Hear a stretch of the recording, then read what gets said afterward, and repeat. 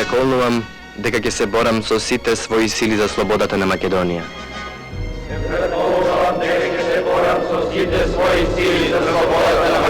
И дека ќе го дадам и својот живот ако треба во борбата за целите на организацијата.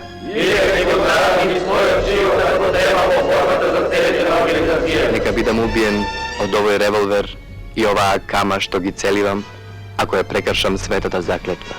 Нека бидам убиен од овој револвер и оваа кама што ги целивам, ако ја прекршам светата заклетва. Слобода или смрт? Слобода или смрт?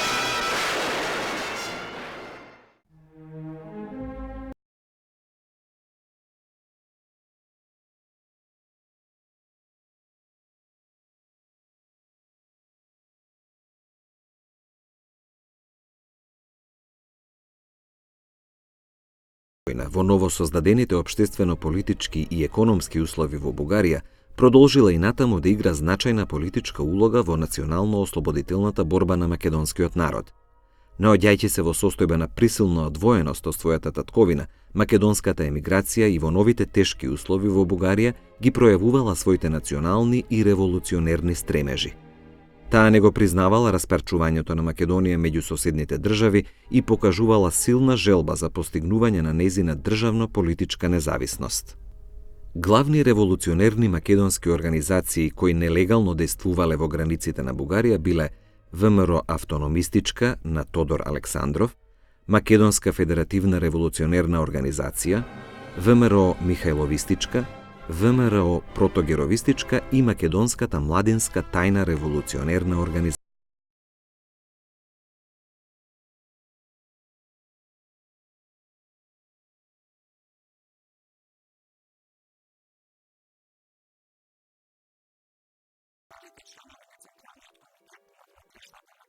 Мадринска револуционерна организација Тодор Александров, Александар Протогеров и Петар Чаулев го најавиле постоењето на организацијата под ново име – Внатрешна македонска револуционерна организација, ВМРО, најавувајќи го притоа револуционерниот метод на дејство како единствено средство за борба против новите поробувачи на Македонија.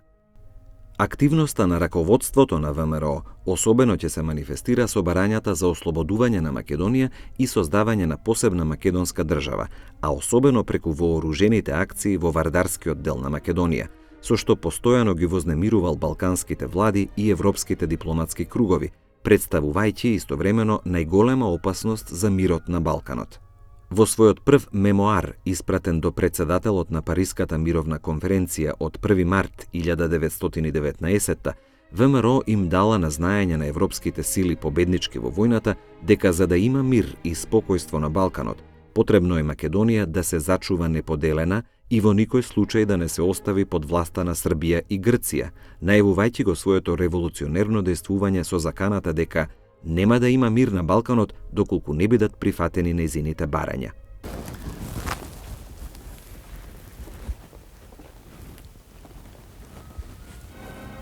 Обновувајќи комитската активност, Централниот комитет на Внатрешно македонско револуционерната организација на 11 јули 1920 година изработил посебна директива за дејноста на организацијата во Вардарска Македонија, која што тргнала од следната цел.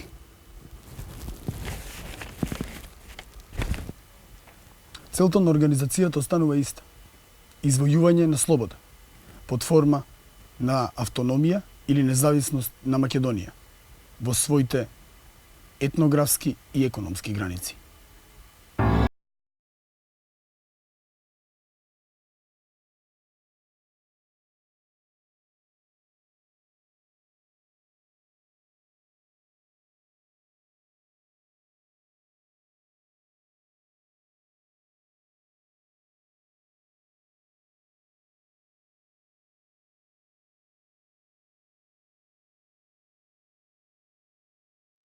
Неколку дена по пристигнувањето во Вардарскиот дел на Македонија, Тодор Александров на 28 јуни 1920 упатил окружно писмо до членовите на ВМРО во Македонија и до нејзините истомисленици зад границата, во кое истакнал: борбата за ослободување на Македонија ќе продолжи додека се извојува автономна управа на трите делови на областа, сега разделена меѓу Србија, Грција и Бугарија. Таа цела, обединета, независна или автономна Македонија може да биде ставена под покровителство на Советот на Друштвото на народите или на една од големите сили, негови членови, или дури може да влезе во Југословенската држава како рамноправен член во Федерацијата, ако србите го прифатат федеративното управување во новата држава. Во мемоарот на Централниот комитет на ВМРО до Друштвото на народите и до председателите на владите на големите сили од октомври 1922 година, Тодор Александров од името на населението на Македонија барал: создавање на една независна Македонија, ставена под заштита на Друштвото на народите или на некоја ополномоштена од него сила, со цел да се задоволи неговото оправдано барање, за да се воспостави мирот и правото и во нашата несреќна татковина и да се спречи пролевањето на крв, што е неизбежно, како во Македонија, така и на Балканскиот полуостров. Во започнатите преговори со представниците на Советскиот сојуз и со Коминтерната од средината на 1923 година, Тодор Александров, со цел да ги изложи основните начела на ВМРО во понатамошните средби, во декември 1923 година изготвил проект за спогодба помеѓу ВМРО и Руската Советска република. Промовирајќи ја ВМРО како организација која што ги представува македонците кои се борат за национално самоопределување, политичка слобода, самоуправување и можна најголема социјална правда, Тодор Александров во проектот меѓу другото се обврзал: ВМРО се задолжува да работи заедно со другите револуционерни организации на Балканот за федерирање на балканските држави во нивните етнички граници.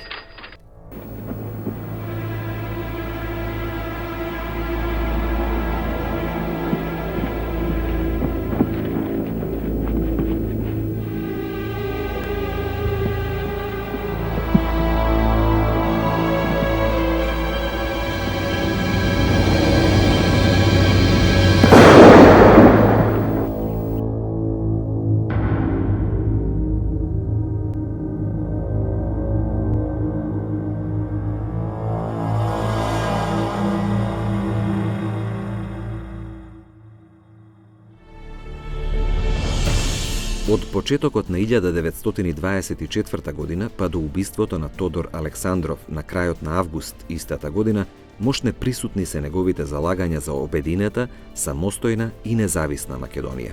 Во Манифест до македонскиот народ, до организираното револуционерно население во Македонија и до македонските револуционери, донесен на 6 мај 1924 година, Централниот комитет на ВМРО изјавил дека таа се бори и ќе се бори со сите средства на револуционерната борба за ослободување и обединување на распарчените делови на Македонија во една целосно независна и самостојна политичка единица во нејзините природни, географски и етнографски граници, за демократизирање на соседните на Македонија балкански држави и нивно сојузување во една Балканска федерација, која единствено може да го гарантира политичкото постоење на независна Македонија и независноста на другите балкански народи.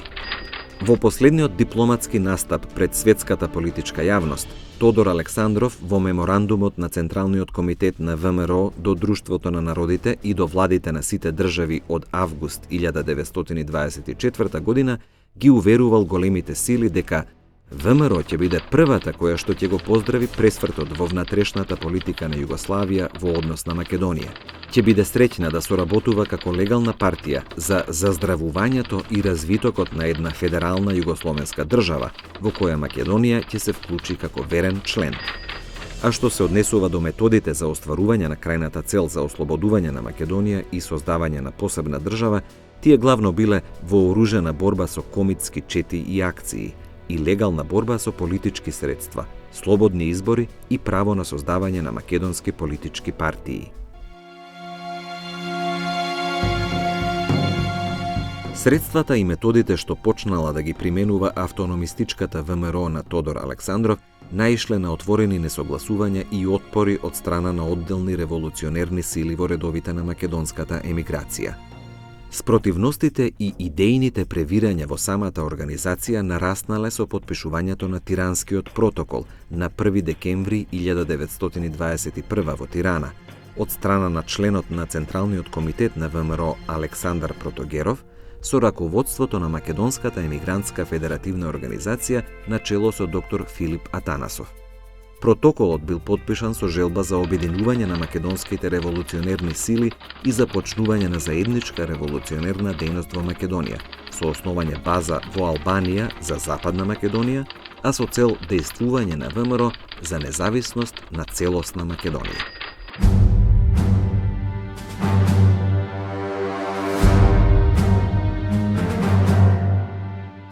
Со начинот на раководењето на организацијата не биле согласни неколку војводи, блиски на Тодор Александров, кои биле познати и по своите анархични и ограбувачки акции веднаш по Првата светска војна во Вардарскиот дел на Македонија. Тие дејствувале како прикриена опозиција и се застапувале за свикување конгрес на кој би се донела нова програма и би се избрало ново раководство на организацијата. Конфликтот меѓу овие две струи во организацијата кулминирал во октомври 1921, кога со убиството на војводата Дончо Ангелов од страна на приврзаниците на Тодор Александров се отцепила една поголема група комити на чело со војводите Славе Иванов, Стојан Мишев и Глигор Циклев. Во борбата против Тодор Александров тие се приближиле до членовите на раководството на Македонската емигрантска федеративна организација, доктор Филип Атанасов, архитект Никола Јуруков и Крум Зографов. Во 1922 година тие формирале нова организација, Македонска федеративна револуционерна организација. Тие исто така формирале и Централен комитет и задгранично представништво. Раководството на МФРО во декември 1922 година излегло со проект Устав и со повик до македонското население, во кое објавиле: извојување на слободна и независна Македонија како рамноправна членка на Балканската федерација преку оружена и смела борба.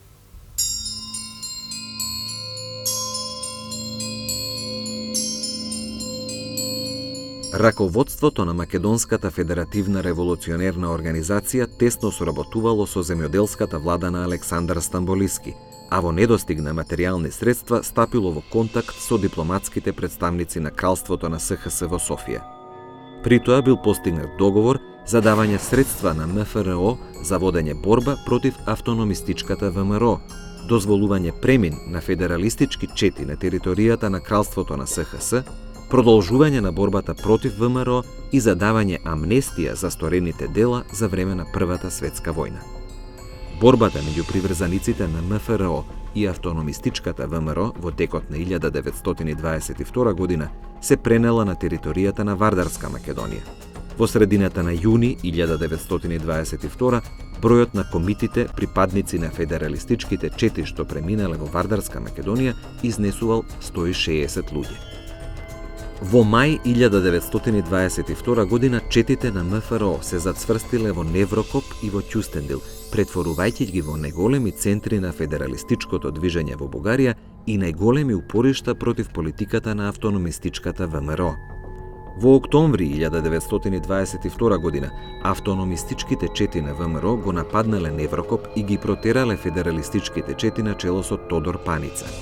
Во декември истата година четите и милицијата на автономистичка ВМРО, предводени од војводите Панчо Михајлов и Иван Брло, го окупирале Ќустендил и ги протерале федералистите и од овој град. Приврзаниците на автономистичката ВМРО, како побројна и воено поорганизирана сила, во текот на 1923 година успеале да го ликвидираат поголемиот дел од раководството на МФРО.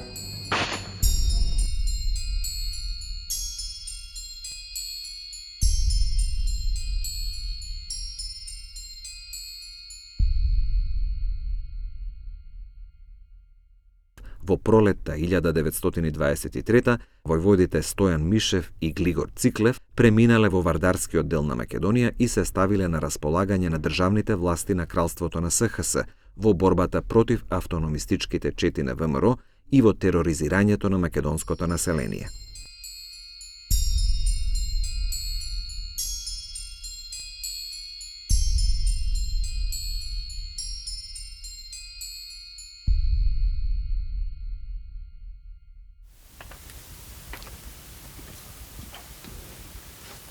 По убиството на Тодор Александров настанала криза во редовите на организацијата. Покрај уставно избраните членови на организацијата, на Централниот комитет на внатрешно-македонско револуционерната организација, Александар Протогеров и Петар Чаулев, во организационите работи директно се вклучил и Иван Михајлов, кој се прогласил за наследник на Тодор Александров и нов вожд на организацијата.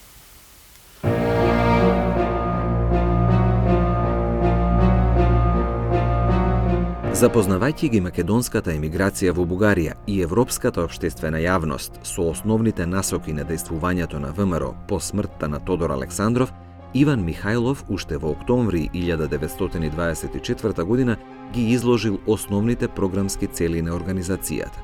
Единствена и независна цела Македонија со седиште во Солун. Крајното разрешување на македонското прашање тој го гледал во создавање на самостојна македонска држава, а би се задоволил и со привремено разрешување со автономија на поголемиот дел од Македонија. На 6-тиот конгрес на ВМРО, одржан во средината на февруари 1925, бил избран нов Централен комитет на организацијата во состав Иван Михајлов, Александар Протогеров и Георги Попхристов.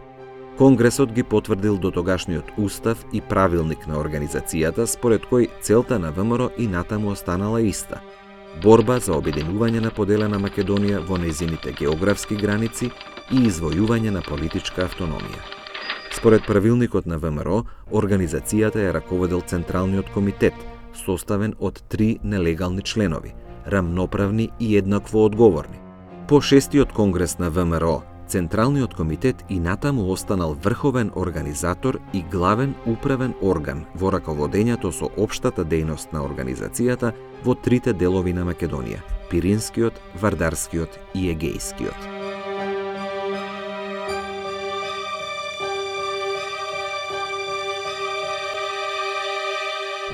Второ највисоко тело на ВМРО било задграничното представништво. Според правилникот на ВМРО, членовите на задграничното представништво се назначувале од Централниот комитет за извршување на задгранична работа на организацијата, односно да го издигнат престижот на организацијата пред надворешниот свет. За членови на задграничното представништво биле преизбрани Георги Баждаров, Кирил Прличев и Наум Томалевски.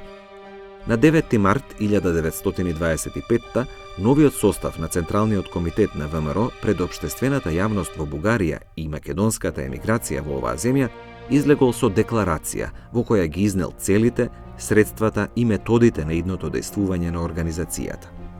Во декларацијата, новиот Централен комитет ја истакнал крајната цел на ВМРО, согласно донесените резолуции на Конгресот: извојување целосна политичка автономија на Македонија во нејзините природни географски граници. Како максимално барање во декларацијата се сакало создавање на независна македонска држава под покровителство на Друштвото на народите. На 21 јуни 1928 Михајловистичката ВМРО го одржала 7-миот конгрес на организацијата. Во новиот Централен комитет на ВМРО покрај Иван Михајлов биле избрани и Иван Караджов и Страхил Развигоров.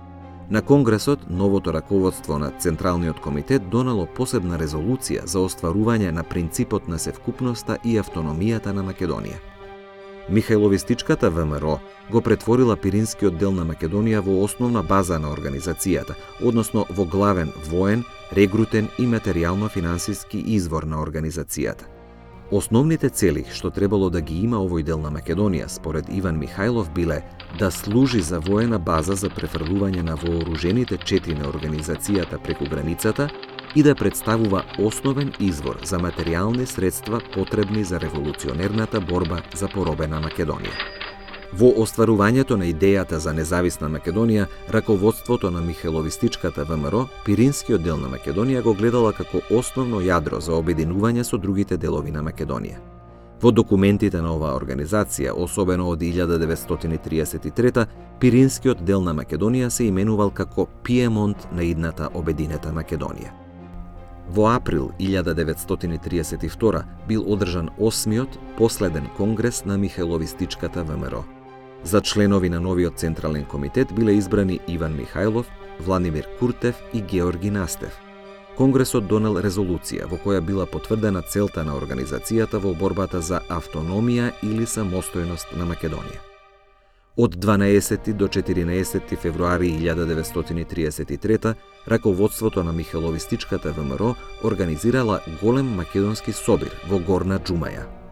На собирот била донесена декларација во која било истакнато барањето за оспособување на Македонија во одделна самостојна политичка единица во своите природни и географски граници. Со воениот преврат на 19 мај 1934 година, дејствувањето на Михаеловистичката внатрешна македонско револуционерна организација било забрането во границите на Бугарија.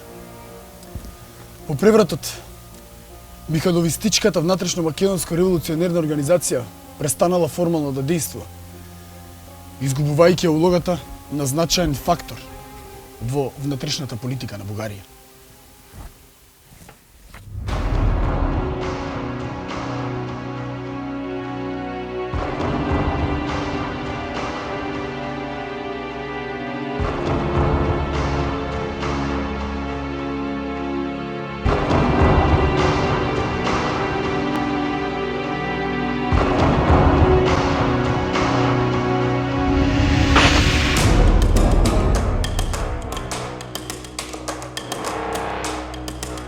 Во јуни 1928 година, по убиството на членот на Централниот комитет на ВМРО Александар Протогеров, ВМРО се поделила на две струи – Михаеловистичка и Протогеровистичка ВМРО. На страната на Протогеровистичката струја, покрај членот на Централниот комитет на ВМРО Георги Попхристов и резервниот член Петар Шанданов, членовите на задграничното представништво Георги Баждаров, Кирил Прличев, Наум Томалевски и нејзиниот резервен член Ангел Узунов застанале и истакнати постари дејци на ВМРО, војводи, новинари и публицисти.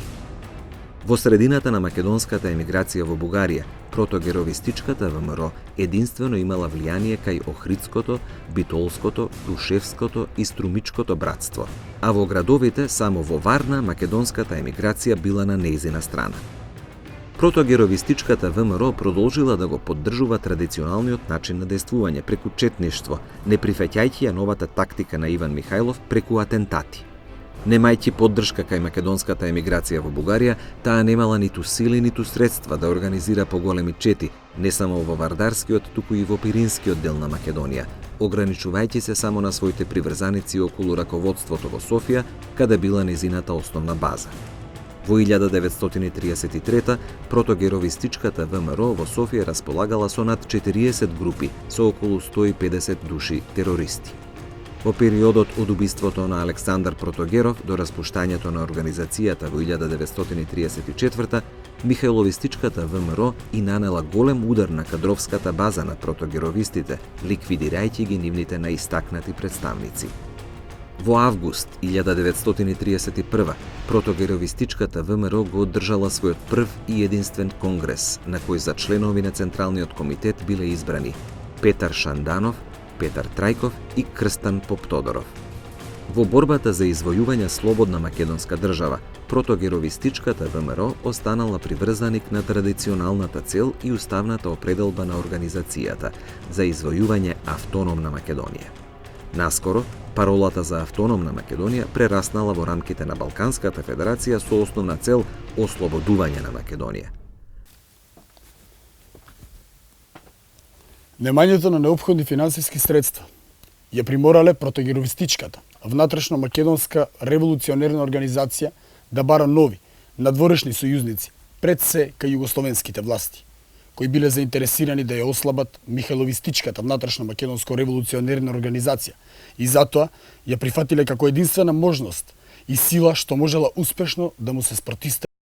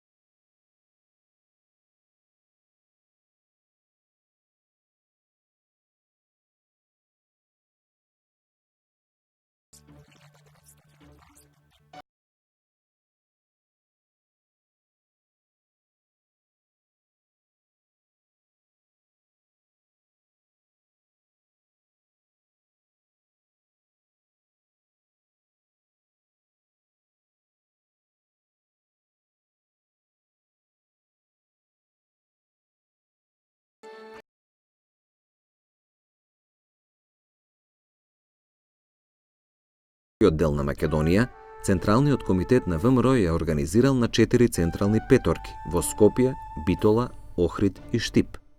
Во овие градови се формирале окружни петорки, составени од 5 члена, начело со раководител Петар.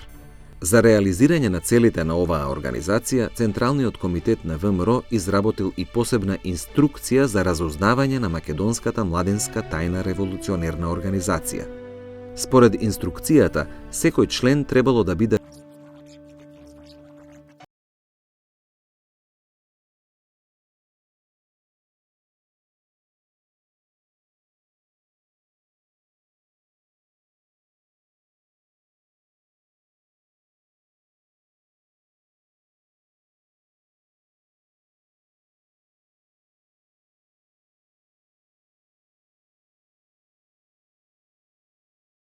1927 година.